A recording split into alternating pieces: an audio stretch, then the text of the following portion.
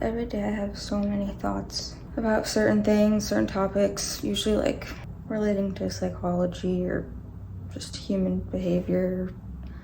I don't know. And it's like I film a video in my head, say the things that I would say if I was filming a video, but then I don't have the energy to film the video. It's hard for me to like come to terms with how I'm gonna feel for a while and not fight that and constantly be mad at myself for failing because I can't follow through with my own goals or schedules or habits that I put on myself. And I don't know, everything is just really hard right now. As much as I know that like me thinking that I need closure and usually people thinking they need closure isn't true, I don't know. I mean, I've had ruminating thoughts for over a month now, and it's like I do think it would help quiet those, but at the same time, like someone who can give you closure, probably the relationship would not have ended. Because if someone can't give you closure, it's probably because they don't know how to express themselves, they don't know how to deal with situations, they're avoiding it, they're running away, and that's probably why the relationship ended. And so it's like it doesn't quite make sense why I would expect or hope closure from someone who could not even communicate emotions effectively or deal with emotions, anything, while in the relationship. But for me, the one who was very vulnerable and open, and I keep asking myself, why am I so hurt about this constantly? It's like it's not getting better. If I wasn't happy in the relationship, and I know it's like trauma bond, whatever, but also like I was the one who really invested 90% into the relationship. So it's hard to know if, not that it matters, but I can't help but think about it, like if he's hurt because he lost that and he realizes he lost that, or if it's easier for him because he didn't really, you know, he just got to sit there and receive me and everything that came with being in a relationship with me. And for myself, it's like, well, I didn't really lose anything except for an attachment, but I invested so much into it that it feels like such a failure and it hurts so bad. And it's confusing. And losing my baby, despite everything, I was and am confused how he couldn't even communicate with me for the over a month when I was pregnant. And as time went on throughout that month, I was like, okay, I'm just gonna be doing this alone, and then a few months from now I will have my daughter. And just when I like really came to terms with, okay, this is all about her now, and so right now it's about me and taking care of me, and by the time she's here, like I will not be anywhere near anywhere near as much pain as I am right now. And then suddenly, it was a week ago exactly, losing her, separate from the grief and everything that has come with that, I am finding myself confused again. Why he could know that I lost her, and even though he didn't want her anyway, but like as someone who constantly, until the last time we talked, said they love me and they know I'm the person that they see themselves with, even if knowing you didn't want the baby, but like, you know how hurt, and I'm trying not to say broken about myself, but devastated I would be in that situation. And to not reach out at all is so confusing to me. I don't know why I'm standing. I just been getting frustrated with myself because I keep, every day, multiple times a day, I have topics, things I want to talk about, and they're not about my situation, because I'm gonna make some changes and I'm going to just, I don't know if it'll be on this channel or if I'll just start a whole new channel. I want to talk about things, but I want it to be not personally tied to myself. And I want, like, two of my favorite things are psychology, like language, the way that we communicate emotions, and writing, which in this case I think ties kind of to YouTube because I'm talking and they're somewhat similar. Not quite. I would not ever say like as many times as I do when I'm writing. But at the end of the day, when I think like, what am I really passionate about? And like, even when I am, for example, like how I've been feeling recently, anguish, grief, depression, loss, anxiety, is there anything that like still can lift up my spirits and still can intrigue me and take my mind off of things I can still feel a passion for and a curiosity toward? And it is learning usually about psychological things, because I'm passionate about writing, I'm passionate about creating video, anything creative, you know, I am passionate about those things. The problem is when I'm in kind of the state that I've been in, it feels nearly impossible, which is unfortunate. I mean, I am creative in other ways. I don't even know what this is anymore. Everything that I'm passionate about, or not even passionate about, even things that I like to do a lot of the times or I'm interested in doing, when I'm not mentally well, like it's like I either don't care about them or it's not gonna happen. It does make it very hard to do personally what I do, because not just YouTube obviously, but like my biggest source of income, nearly impossible to do that. I mean, come on. I know some people can, and some people can try to separate it, but for me, it hasn't really been separate. Like, I've filmed with the person I was dating. I've only done things I'm comfortable with. It's been very intertwined with me. So I guess, I don't know, I just have been thinking about how, like I said, I've been wanting to talk about certain things. Like, maybe I do start like a new channel, or I do it on my podcast, which the podcast that I had, I don't know if this is not the video to talk about this in, but filmed like 5 episodes of it, video, everything in a studio. It's just, honestly, forget about it, because I mean, that was a year ago now. I definitely got screwed over by the agency I was with before, and someone that I was best friends with, and now, like, honestly, fuck that guy. I'm good friends with his ex-girlfriend though now. But yeah, maybe I start with doing it on YouTube, see how I like it before I'm like, oh, let me make this the podcast, because I do want to do a podcast, and I want it to be super open-ended and not really niche. I can't, like, I can't. My brain is so, I will trap myself, and then I won't ever record a podcast if it has to like fall into a specific niche. So I just kind of want it to be like whatever the fuck I want it to be, you know? And it really kind of is, like, for me, like, the things I want to talk about, I try to talk about certain things with people in my life, you know, deeper, sort of nuanced things that the only reason I'm talking about them, or the only reason I know about them, is because I've sort of studied psychology so much and have opened my brain is really aware of analyzing people's psychology, or, well, I don't know how to explain it, but like most people I don't think do that. In fact, I know they don't, because it's pretty much impossible for me to talk to anyone in my real life on the level that I want to about certain things and concepts, except for, you know, a therapist or a psychiatrist. And it's actually, I tried to, and it actually kind of makes me feel worse, because I get frustrated that I'll say something or I'll explain something, how I'm feeling or whatever concept, and then they'll be like, oh, you mean like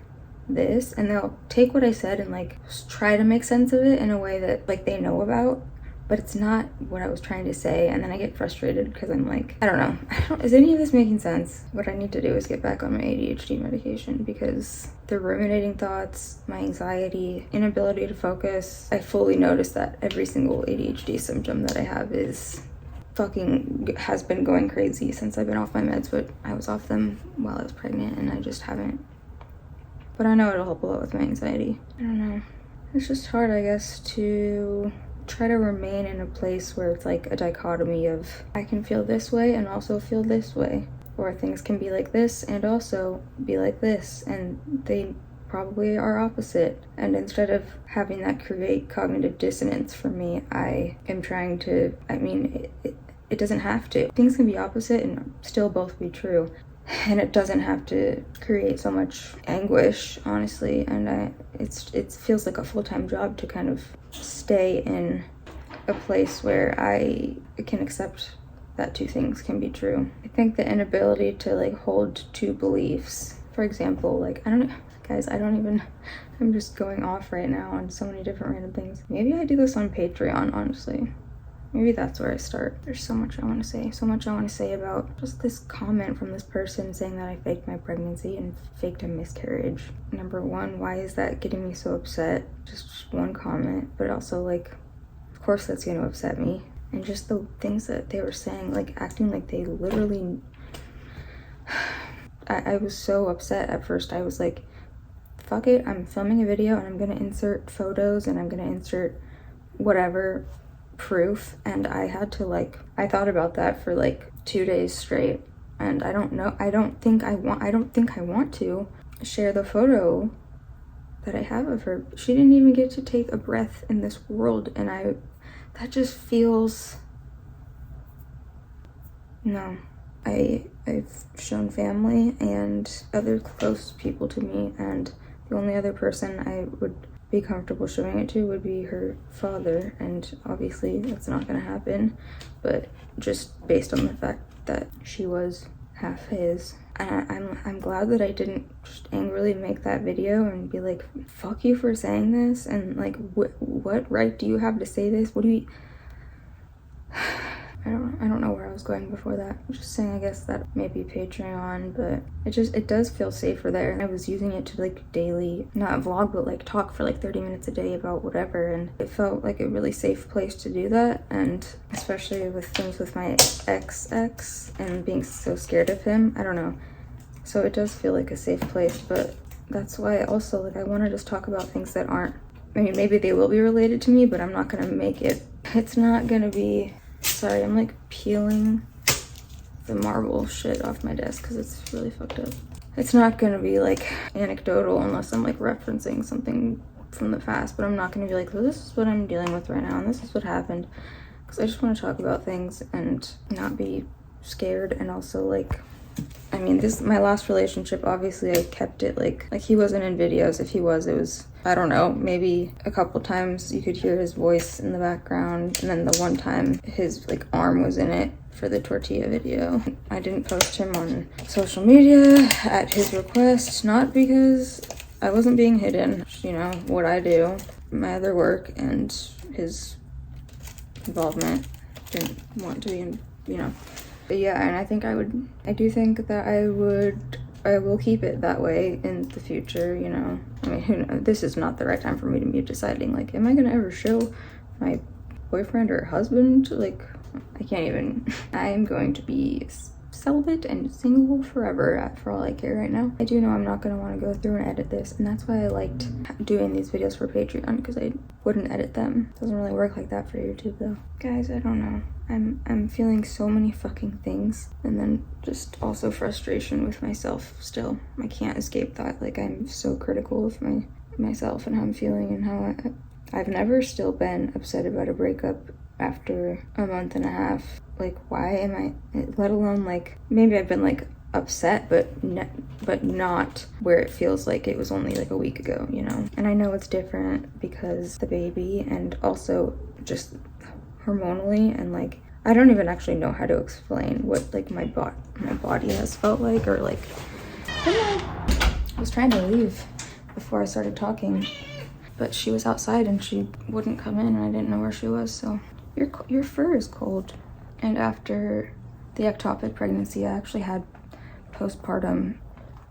I swear to God, like, it lasted up until I got pregnant again. So I don't know if that'll be a thing. I'm depressed as it is. I mean, I'm grieving, and hey, but yeah, just getting frustrated with my feelings and scared. Like, it's scaring me, you know, thinking like just that it feels like it's not gonna end, and just like really wanting closure. And I don't like the word closure, just clarity, because I mean, there's so much that I haven't shared also that I'm sure, yeah, there's too much obviously that like I haven't shared, and like no one would know. And so for a lot of people, even like my family and friends, of course they're gonna say like, you have to just give yourself closure. And yes, but like, I know, but there's so many things that are like, I don't know.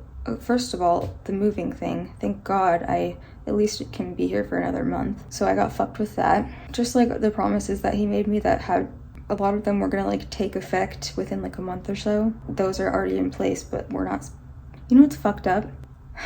We had been getting laser hair removal because I got it for him for Valentine's Day last year. And every 4 weeks we would go and get it done, right? I think a week before Christmas, we had our appointment. We always had it at the same time. It was at night. I actually thought he probably would show up, because at that point it was still pretty early on, and I was like, he's probably gonna show up and whatever. I got there, and well, first of all, they texted me and they asked if I was confirming I said yes, and then they said, are you confirming for too? Oh, sorry, I just said his name, whatever. And I said, no, you'll have to ask him. I don't know.